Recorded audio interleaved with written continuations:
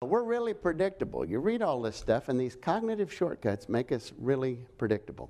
There's a whole bunch of them that have been cataloged, but basically it amounts to those of us who weren't able on the Sahara to quickly distinguish, instantaneously distinguish between dinner and danger, have long since been weeded out of the gene pool, right? So we've got all these instantaneous responses in our brain. And they're great to keep us alive. They're great to get us out of burning buildings. They're great to get us out of the way of a speeding car. But sometimes they throw us off under great stress and uncertainty, especially in litigation when we've got really hard decisions to make. And we'll get a bum steer from a cognitive shortcut. But it turns out that there's a reason NSA wants our phone data. We're very predictable. They know where we're going to be 93% of the time. The cell phone companies can predict where our cell phones are going to be tomorrow with 93% accuracy. The credit card companies do an even better job, or we'd be covered up in fraud detection alerts, right? Our patterns, we think we're all unique. Nobody's ever negotiated a case like me. Nobody's ever done anything like the kid. And the reason there's 93% predictability is because all you rubes, right? But it turns out we kind of follow predictable patterns, and that's good because we can anticipate what the other side's going to do when we push them for negotiated outcomes and help them lower the resistance to what we want to do so we don't instantaneously push them into a fight or flight response.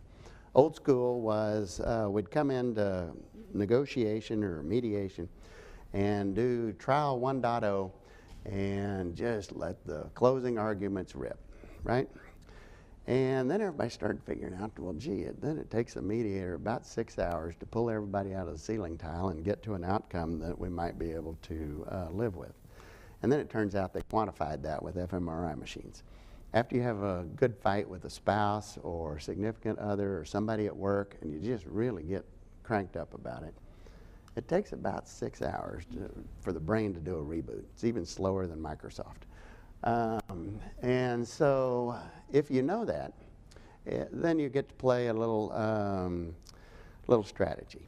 How am I going to enable, and that's the key word, how am I going to enable the other side to make a decision that I want them to make without unnecessarily push them into a fight or flight response where I push them into a corner and they have no choice but to come fighting out of it and get everybody excited.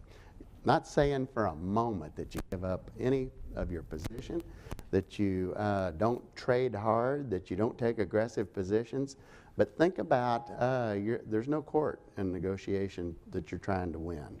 You've got to talk the other side or allow the other side to give you a way out in order for the thing to come to an end. So think about, what's my audience? How's my audience different than it is at the courthouse when I'm thundering away to try to convince a judge, a third party, of the virtues of either side of the position? Negotiation, nobody's going to make that ruling.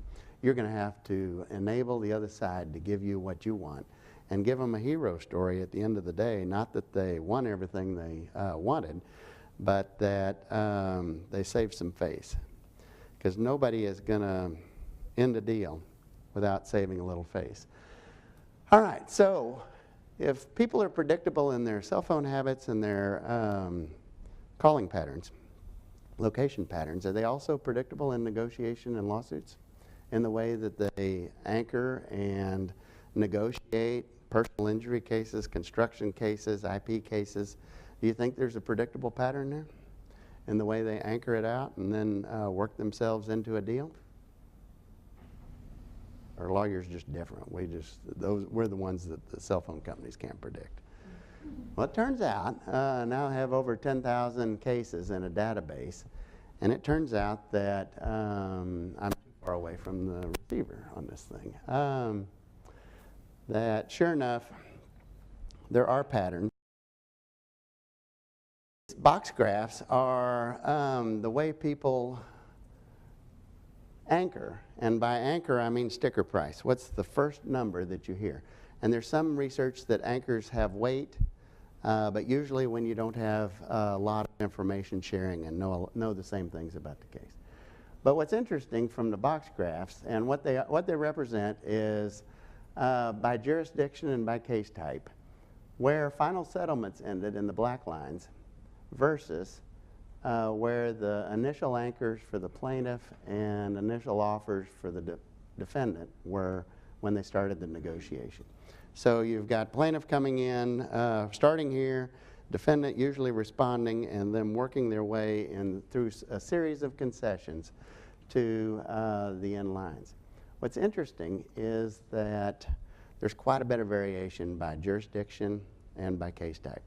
You've probably heard by now a lot of the research on in-group, out-group behavior.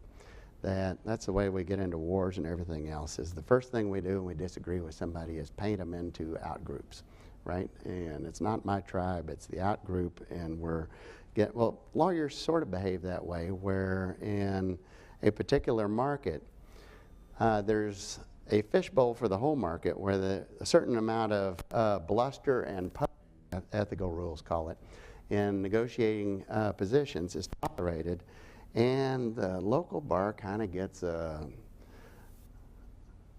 in-group behavior of what's acceptable negotiation strategy. How much horseradish can we put on the opening demands, and how insulting can we be in the first offers, and still keep everybody going to where we get to a deal? And it changes. Austin's different than Boston, that's different than San Francisco.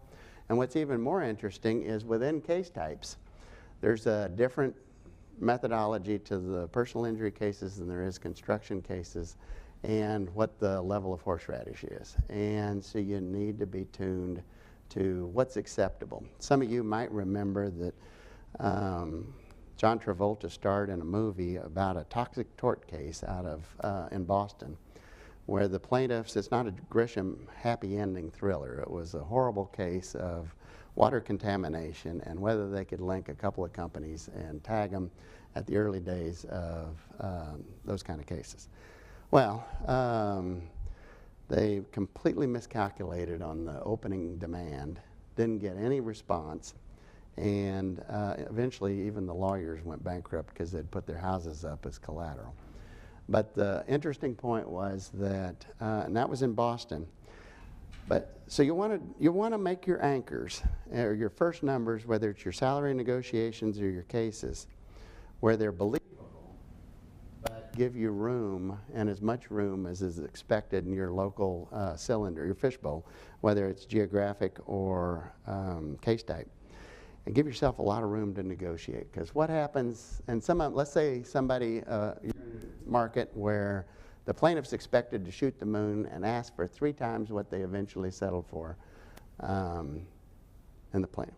Well, what happens if you do that, and that gives you room, and the average number of rounds in civil litigation in the cases that we've got, over 10,000, the average is 7. The deviation goes from 3 to 54 rounds, but the average number of rounds is 7, so it's kind of an elongated used car sale.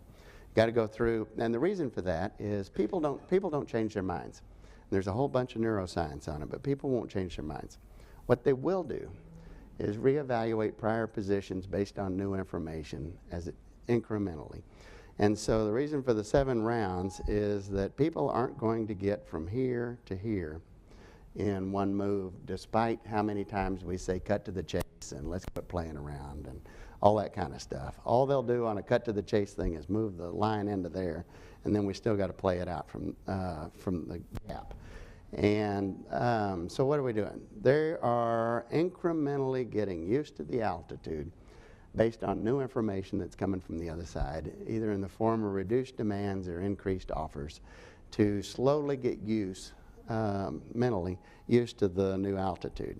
And they can't make big jumps. We can make big jumps because we've been through this so many times, and we want to cut to the chase, but most of your clients don't.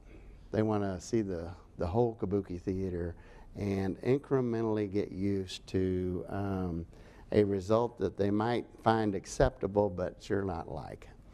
And so they're ticking along, and they got to go through it. And everybody always tells me, and I'm a cut to the chase guy. I was inside. I'm a deal maker. I want to get things done, and I would cut to the chase. But that's kind of like saying all NBA games come down to the last 2 minutes. So let's put 2 minutes on the board, 100 points on each side, and play it out. The result might be exactly the same. The satisfaction level is quite a bit different. And if people are going to have time to construct their hero story and get used to the altitude, they can't do it in a really tight time frame. They feel rushed. The buyer's remorse the next day goes up dramatically, and they have to have time to get used to it. So we've got these biases. I'm not going to go through them. I'll leave you the slides. But we basically have these shortcuts, or they call them cognitive shortcuts or biases. I don't really like the bias term, but they basically divide into 3 buckets. We're going how we see ourselves, how we see the other side, and how we see the subject matter.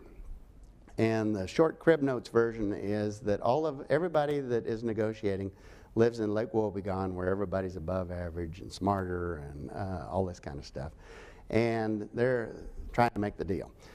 On the other side, you've already seen with the Reagan-Gorbachev thing that we will automatically make assumptions about other people that are negative on behavior. Take a quick example. If I'm late for work, what's the problem? It's traffic, right? It's traffic, or something's wrong. Something external is wrong if I'm late for work. What happens if you're late